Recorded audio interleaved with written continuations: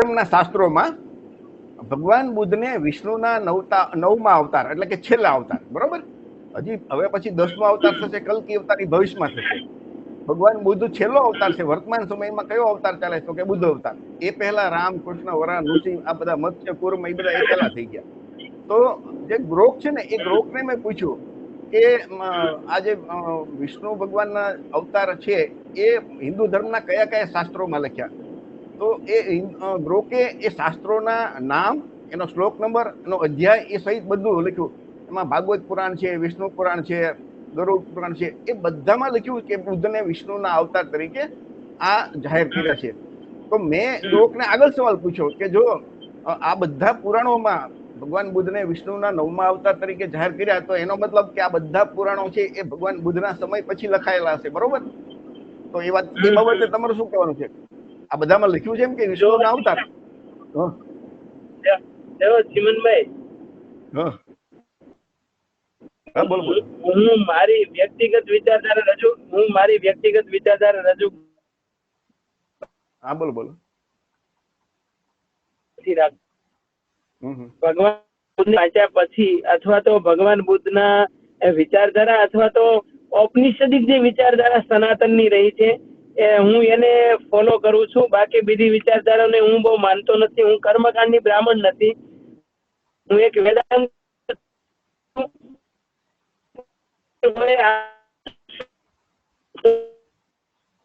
આ બે મહાપુરુષોનું શ્રદ્ધાથી માનું છું. અને બીજી વિચારધારા મારા માટે બહુ ગૌણ છે અથવા તો નહીં. અને બુદ્ધને વિષ્ણુ અવતાર શા માટે માનવા પડે એનું પણ એક કારણ હોઈ શકે. બુદ્ધની જે વિચારધારા હતી આ ભારત વર્ષ અન્ય દેશોમાં એટલી પ્રભાવિત હતી.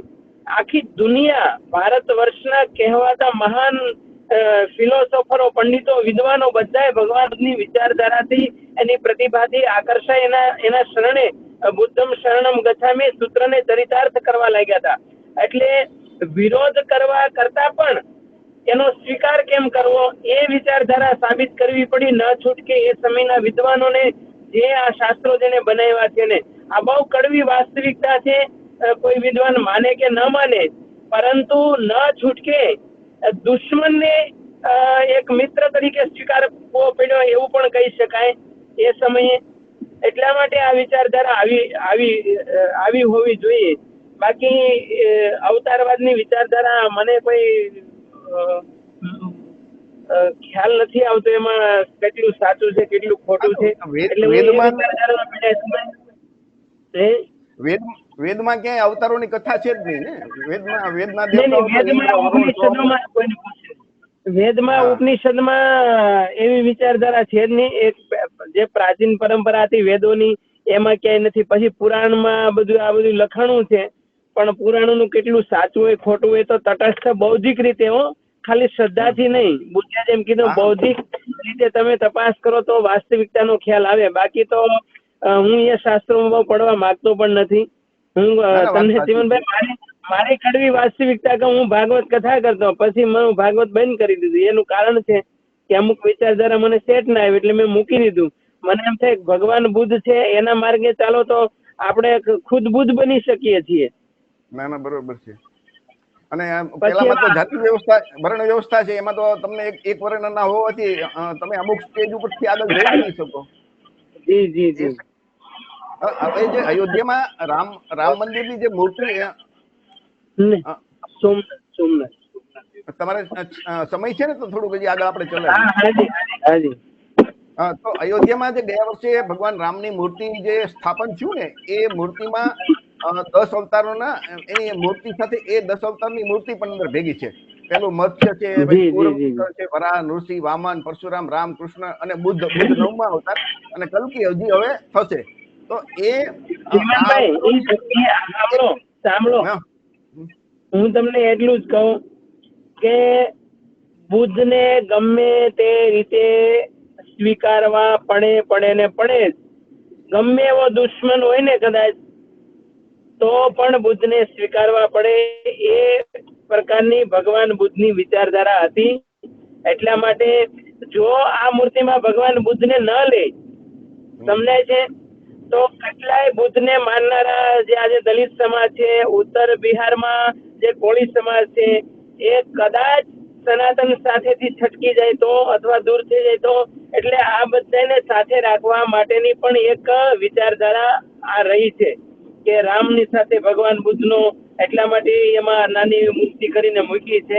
એ એક ધર્મ જગતની એક મોનોપોલી રહી છે, એને મારે તમારે બુદ્ધિશાળી લોકોએ સમજવી રહી. હા, એટલે આપણી જવાબદારી છે કે આપણા આમ સમાજ છે એમને પણ આપણે એક મેસેજ આપીએ. તમે જે અગાઉ કીધું હતું ને કે વિશ્વમાં જયારે ભારતના નેતાઓ જાય ત્યારે એમ કે અમે ભારતના બુદ્ધના દેશમાંથી આવીએ છીએ, બરોબર છે. વડાપ્રધાન પણ એવું બોલે છે. ભારતના સૌથી ઉદ્યોગપતિ મોટા અને પૈસાદાર મુકેશ અંબાણીના પત્ની એ નીતા અંબાણી વિદેશમાં જાય ત્યારે એમ બોલે કે મેં બુદ્ધ કી ધરતી ભારત છે આવું છું. એ ઉપરાંતમાં તમે જોવો તો આ રામગ્રામ સ્તૂપ છે આપણો, જે લોકો ત્યાં બનાવ્યો ને તે રાષ્ટ્રપતિ ભવન છે, ત્યાં જુઓ તો ફક્ત ગૌતમ બુદ્ધની મૂર્તિ છે. કેમ કે ત્યાં વિદેશથી જે લોકો આવે એ ફક્ત બુદ્ધને ઓળખે છે અને વિશ્વની અંદર ભારત દેશ છે બુદ્ધના નામે ઓળખાય છે, બરોબર છે. બીજું આપણા જેટલા રાષ્ટ્રીય પ્રતીક છે તો 4 સિંહ છે, આ ધમ્મચક્ર છે, કમળ છે, સ્વસ્તિક છે, કેરી છે, તો હાથી છે, આ બધા બુદ્ધોના પણ પ્રતીક છે. હા બોલો બોલો. બીજું જીવનભાઈ આપને કહું કે બુદ્ધના સમયમાં અને પછીના કાળખંડમાં જે રાજાઓ થયા, ચંદ્રગુપ્ત મૌર્ય, અશોક સમ્રાટ, એ સમયના તમે ઇતિહાસ જુઓ તો એ સમયે ભારત વર્ષ એક તો અખંડ વર્ષ તરીકે સાબિત થયો હતો અને સુવર્ણકાળ એ સમયમાં ગણાતો. સુવર્ણકાળ એટલે સમગ્ર માનવ જાતિ સુખી સંપન્ન હોય બધી જ રીતે, એને સુવર્ણકાળ કહેવાય. સોને કી ચિડિયાની વાતો આપણે હમણાં કરતા થયા, પરંતુ એ સમયમાં સુવર્ણકાળ હતો. તો હું એમ કહું છું કે ભગવાન બુદ્ધની વિચારધારા એ રાજા રજવાડાઓ જે થયા એના ઉપર કેટલી છે કે એને એ ધર્મનો સ્વીકાર કરીને આમ જનતા સુધી પહોંચાડ્યો. એટલા માટે હું તો એમ કહું છું કે કોઈ પણ ધર્મ હોય પણ સૌથી પહેલા માનવ ધર્મ છે. માનવ ધર્મ પછી તમારી વિચારધારાઓ જે તમે પાલન કરતા કરો, કોઈ ના નથી, પરંતુ માનવ ધર્મની વિચારધારા આપનાર કોઈ જો મહાન વિભૂતિ આ પૃથ્વી ઉપર થયા હોય તો માત્ર ને માત્ર ભગવાન બુદ્ધ થયા છે. બિલકુલ આપની વાત સાચી છે. અને રુચિપતિજી, અત્યારે જેટલા નવા સંશોધનો થયા તો એમાંના ચીની યાત્રી, મેગાસ્થનીજ, ફાહિયાન, ઇત્સિંગ, યુઆન સંઘ, આ બધાના જે પુસ્તકો છે અને વિશ્વનું સાહિત્ય છે અને ભારતમાં જે અત્યારે સાયન્સ જર્ની છે, રેશનલ વર્લ્ડ ચેનલો છે, આના ઉપર આધાર પુરાવા સાથે એટલું બધું નવું સાબિત કર્યું કે ભગવાન બુદ્ધ છે એ 28મા બુદ્ધ હતા. એ પેલા 27 બુદ્ધ બીજા થઈ ગયા અને એ 27 બુદ્ધના નામ મળ્યા અને એમાંથી 7 થી 8 બુદ્ધોની તો મૂર્તિ, એટલે એમ કે એ જમાનામાં શિલ્પો બનાવ્યા છે સમ્રાટ અશોકથી માંડીને બધા જુદા જુદા રાજાઓ. અને આજે સિંધુ ઘાટી સભ્યતા છે ને, આ એના અવશેષ છે તમારી નજર સામે. એ તમે જુઓ તો બૌદ્ધ સંસ્કૃતિ જે સ્તૂપ હોય ને, સ્તૂપ જોવા મળે. હા બોલો બોલો. અત્યારે હું સનાતન ધર્મ એક મહામંડલેશ્વર તરીકે મારી ઉપાધિ છે, છતાં પણ હું એક કડવી વાસ્તવિકતા કહું છું આજે આપને કે પામસેપ જેવા સંગઠનો અથવા જે ભગવાન બુદ્ધને બુદ્ધની વિચારધારાને ફોલો કરે છે, એ તમે જોજો જે મસ્જિદમાં રામ મંદિર હોય કે સનાતન મંદિર ના સંશોધનો થાય છે, પણ એનાથી આગળ જો જયારે બુદ્ધની વિચારધારાઓને લોકો આગળ વધશે ને, ત્યારે તમે જોજો કે એ સનાતન મંદિરમાં બુદ્ધના મંદિરો નીકળશે. ના અરે પુષ્કળ. આપણું જે તમે સોમનાથ જાવ છે ને, સોમનાથ મંદિરની નીચે 3 માળનું બૌદ્ધ વિહાર છે. વિચાર કરજો, સોમનાથ મંદિર નીચે. એ ભારતના એસ્ટ્રોલોજી ના જેટલા શું કેવાય એને જે સંશોધનો કરે છે એ લોકોના તો આ પુરાતત્વ વિભાગ વાળા જે સાહેબો હોય છે, લોકો સંશોધન કરે છે અને ઘણા સ્થાનોમાં એ આધાર પુરાવાનો નીકળ્યો છે. કારણ કે ભગવાન બુદ્ધની જે સમયમાં પ્રચાર પ્રસાર તમે જુઓ, ઠેઠ અફઘાન થી માંડી શ્રીલંકા, આમ તમે જુઓ તો ઠેઠ કંબોડિયા સુધી અખંડ ભારત કહેવાતો એ ભગવાન બુદ્ધના સમયમાં કહેવાતો હતો ને. બરોબર. પણ ભગવાન બુદ્ધ ગયા પછી હા બોલો. હા બોલો. અમુક રાજાઓ જે થયા, અમુક અશોક સમ્રાટ, એના પછી જે રાજા, મને નામ નથી ઇતિહાસના બધાના ખ્યાલ, પરંતુ અમુક રાજાઓએ પછી આ દેશમાં બૌદ્ધ ધર્મને ખતમ કરવા માટે કેટલાય પ્રયાસો, સાહિત્ય, અમુક નિશાનીઓ, એ બધું દૂર કરવા માટેના હજારો પ્રયાસો થયા, પણ છતાં આજે અમુક પુરાતત્વ વિભાગ વાળા એ બધું સ્થાન ગોતી લે છે અને એ બધા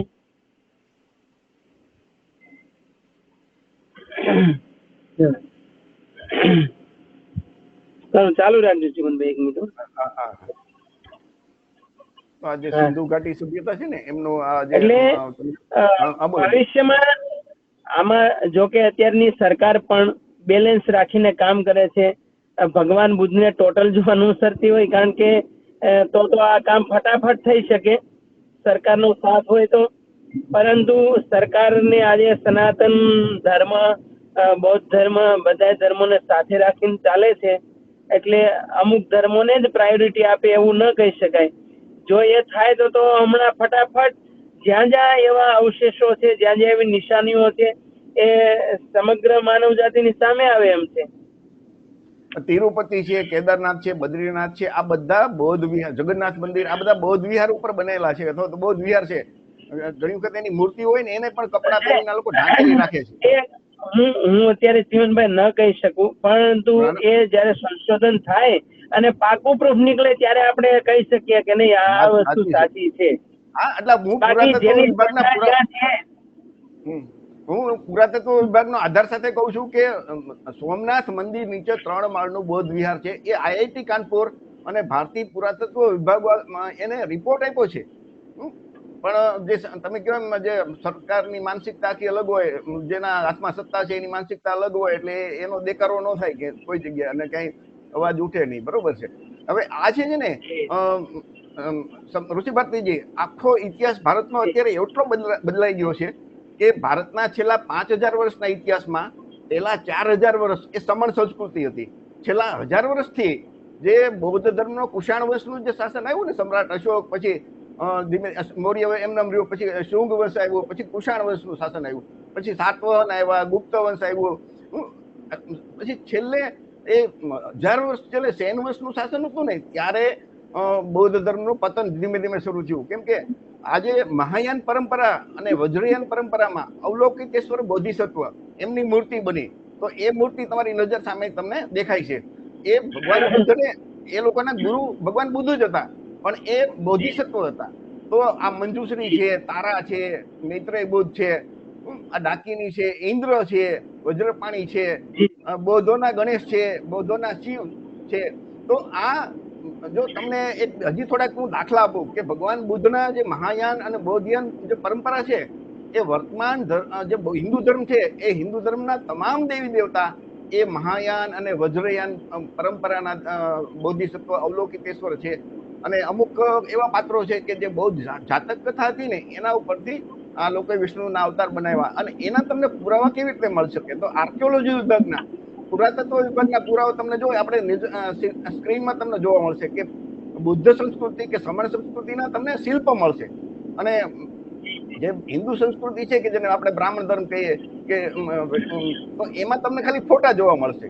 તો આ તમે જો એક ફોટો છે, બીજો ફોટો છે બૌદ્ધોના બ્રહ્મા, હિન્દુ ધર્મના બ્રહ્મા, આ કૃષ્ણ ઓલું નાગદમન છે, તમે જો એનું શિલ્પ, આ જે કૃષ્ણ ભગવાન અર્જુનને ઉપદેશ આપે છે, તો એ તમને જો બૌદ્ધના શિલ્પ પરથી રામ ને હનુમાન, આ ચિત્રો ઉપરથી એવું લાગે કે ક્યાંક ચોરી તો નથી કરી, કોપી નથી કરી એવું લાગે.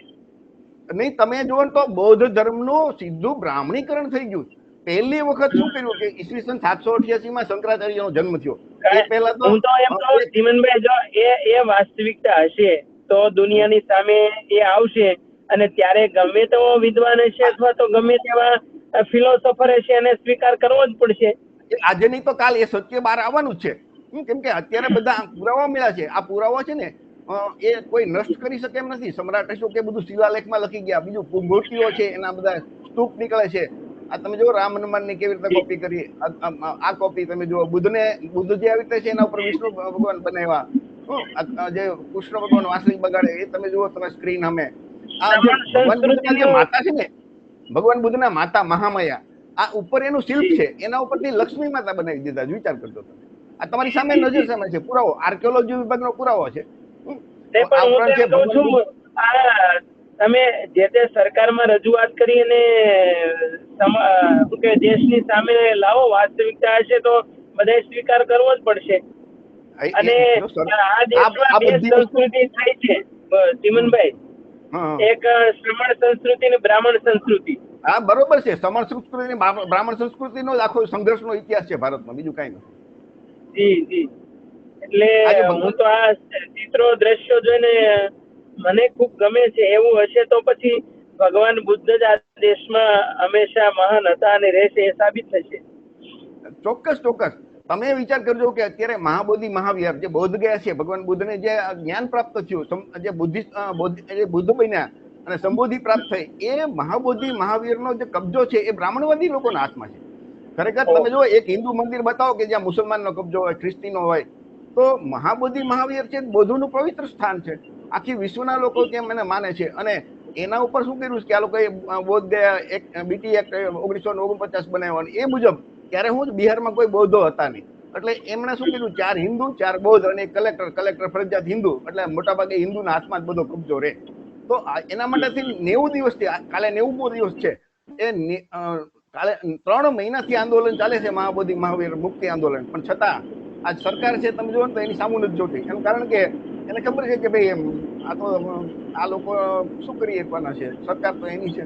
તો આ પણ આપણા લોકો માટે બહુ, હું તમને હજી ફોટા બતાવું, આ બોધિસત્વના ફોટા છે, શિલ્પ, એની અમે ફોટો હજી તમે જુઓ તો આ શિવા, બૌદ્ધ ધર્મના શિવ અને આ હિન્દુ ધર્મના શિવ, આ છે બૌદ્ધ ધર્મના છે. તમે જુઓ તો દુર્ગા કેવી રીતે બનાવ્યા બૌદ્ધ ધર્મના ઉપરથી. આ છે ભગવાન બુદ્ધ ઉપર જે નાગ હોય ને, એ ખરેખર સાપ કોઈ એની ઉપર બેઠો નતો, પણ નાગવંશના લોકો ભગવાન બુદ્ધને રક્ષણ આપતા. એટલે એનું ટોટમ એ નાગવંશનું ટોટમ સાપ હતું, નાગ હતું. નાગવંશી રાજાઓ હતા, એ બધા ભગવાન બુદ્ધની પરંપરામાં પણ થયા જ છે ને. હા, અને નાગવંશી રાજાઓ હતા. હા બરોબર છે. એટલે એના પરથી તમે જો તો શંકર ભગવાનનું બનાવ્યું છે. આ તમે જો તો સરસ્વતી શિલ્પ કેવી રીતે બનાવ્યું, આ મહિષાસુર વધનું કેવી રીતે બનાવ્યું. તો વર્તમાન જે હિન્દુ ધર્મ છે ને, એ મહાયાન અને વજ્રયાન પરંપરાના છે. એકચ્યુઅલી બૌદ્ધ ધર્મની અંદર જે મૂળ થેરવાદ હતો ને, હિનયાન, એમાં ઈશ્વર કે એનું સ્થાન નહોતું. પણ મહાયાન પરંપરા, વજ્રયાન પરંપરામાં આવી જે ઈશ્વરી શક્તિ ને એવું બધું દાખલ થયું, અને ધીમે ધીમે એ લોકોએ આવા બધા અવલોકિતેશ્વર અને તંત્રયાન ને વજ્રયાન ને એવું બધું ઉભું થયું. એટલે આ તમે જુઓ ને તો પુરાતત્વ વિભાગના બધા પુરાવા ઉપરથી એક વસ્તુ તો સાબિત થાય છે કે ગૌતમ બુદ્ધ છે ને, એ વિષ્ણુના અવતાર નથી. ગૌતમ બુદ્ધ ખુદ ના પડે છે કે હું વિષ્ણુના અવતાર નથી. તો એના પરાણે વિષ્ણુના અવતાર બનાવવામાં આવે છે. કીધું ને, હું એવી અવતારવાદની વિચારધારામાં હું શ્રદ્ધા રાખતો નથી. ભગવાન બુદ્ધ એની રીતે મહાન છે, એને તમે અવતાર માનીને સ્વીકારો એના કરતા સીધા સ્વીકારે. હા બરોબર છે. એટલે જ ને ભગવાન બુદ્ધને માર્ગદાતા કહેવાય છે, મોક્ષદાતા નથી કહેવાતા. કે એ ખાલી રસ્તો બતાવે. દાખલા કે તમે ગુરુ છો તો તમારી જવાબદારી છે કે સમાજને માર્ગ બતાવો. ચાલવું કે ના ચાલવું એ તો સમાજની જવાબદારી છે ને. એવી રીતે તો ભગવાન બુદ્ધ છે એ માર્ગદાતા છે. આ આપણે થોડીક ચર્ચા થઈ, એટલે આવતીકાલે